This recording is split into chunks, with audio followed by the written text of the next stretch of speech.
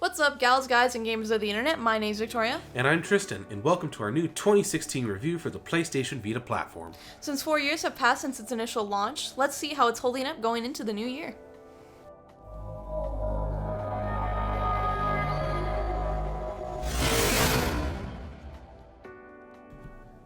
Now we're going to start this off by covering the hardware category. That includes all 3 revisions of the PlayStation Vita hardware that are available as of January 2016. Starting off with the original launch model series of Vitas known as the 1000 Series.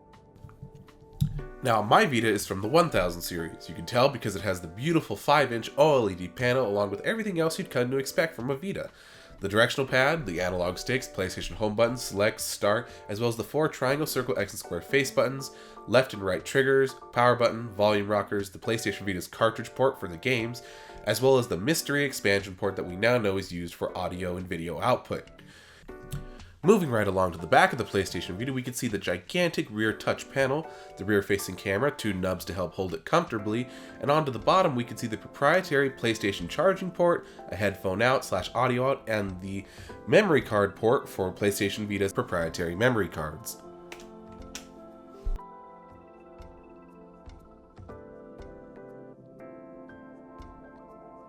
And here we have my PS Vita 2000 model. I have the limited edition Final Fantasy X and X-2 version. There are some design element differences on this model. For example, the speakers are now a flowery shape. The PlayStation Home, Start, and Select buttons are now circular instead of the oval they were before. We have a bezel around the new LCD screen. No longer do we have the OLED panel. However, I do think that this new screen holds its own as the colors are still very vibrant, and the games are just as beautiful as they were before. Up top we have the cartridge port where you put your games in. It's now in the center of the console as we have gotten rid of the accessory ports. We have these nifty new notification lights that are pretty cool. They were absent on the other model, and the silver trimming is also gone. I think it looks pretty sleek now. On the back of the console we have these giant grips, which does result in a smaller touchpad. However, I find it a little bit more comfortable, though it is all a matter of preference. On the bottom we have the micro USB charging port. It's a little bit more convenient now because it's no longer proprietary and you can obviously find micro USB cables around the house a little more. So there you go, the PS Vita 2000.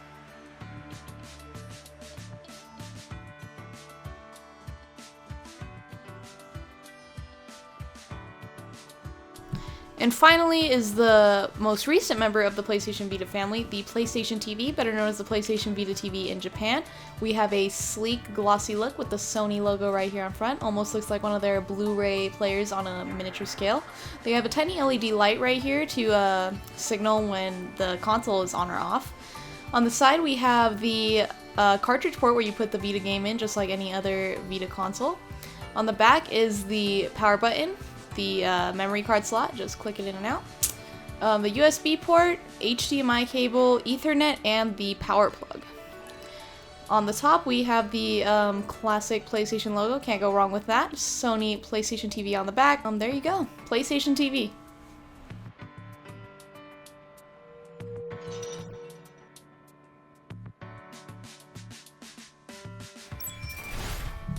Now that we have discussed all of the hardware revisions for PlayStation Vita, let's talk about the performance in terms of graphics, sound, features, and functions.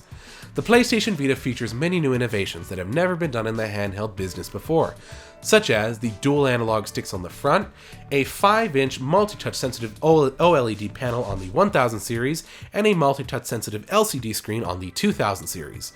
In addition to that, both revisions of the hardware feature multi-touch sensitive rear-facing panels that can be used in conjunction with the face buttons, as well as the multi-touch sensitive front screen. In addition to that, both models of the PlayStation Vita feature gyroscopes that use technology similar to that found in the original 6-axis controller for PlayStation 3, DualShock 3, and DualShock 4 controllers. On a graphical level, the PlayStation Vita is the first handheld that, in my opinion, offers console-quality games on the go. The graphics that the PlayStation Vita is capable of producing rival that to late PlayStation 2 titles up to mid to early PlayStation 3 titles. If you don't believe me, simply pop in a game like Killzone Mercenary, Uncharted Golden Abyss, Assassin's Creed Liberation, or Wipeout 2048, and I think you will be pleasantly surprised on how beautiful all of these games look on the PlayStation Vita's OLED or LCD panels. In terms of the sound capabilities, while the front-facing speakers on both models aren't that great, simply plug in a pair of quality headphones to the audio jack found on the bottom, and away you go.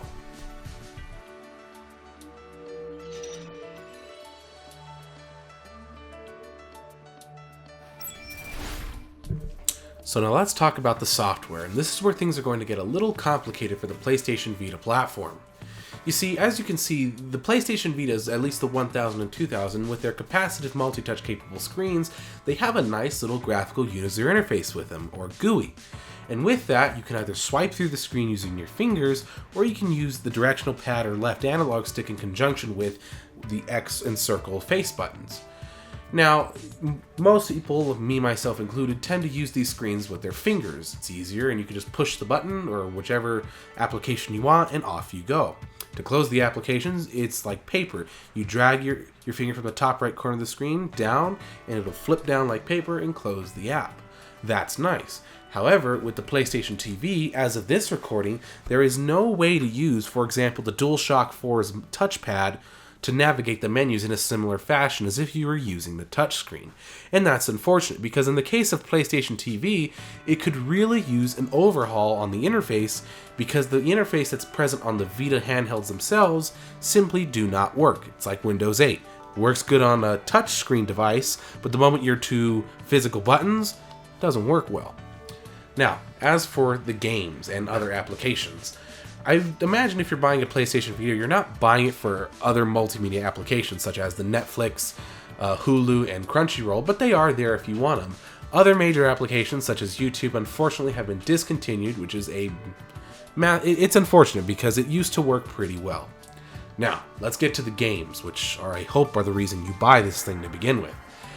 What's interesting enough is that the Vita is the joke of the internet. The joke is that there are no games for Vita.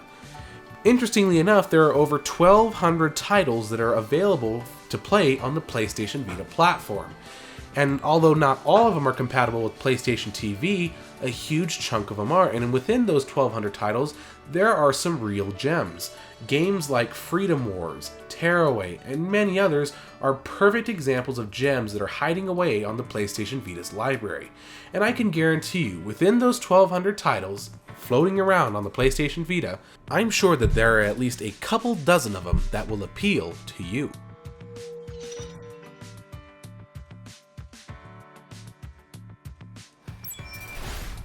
So, as you may have gathered at this point in the video, Tristan and I really enjoy the 3 systems that make up the PlayStation Vita family. Yeah, it's really, I must say, it is a shame that the PlayStation Vita isn't selling too well, like, say, the 3DS, because the PlayStation Vita, when it came out, was everything that gamers wanted.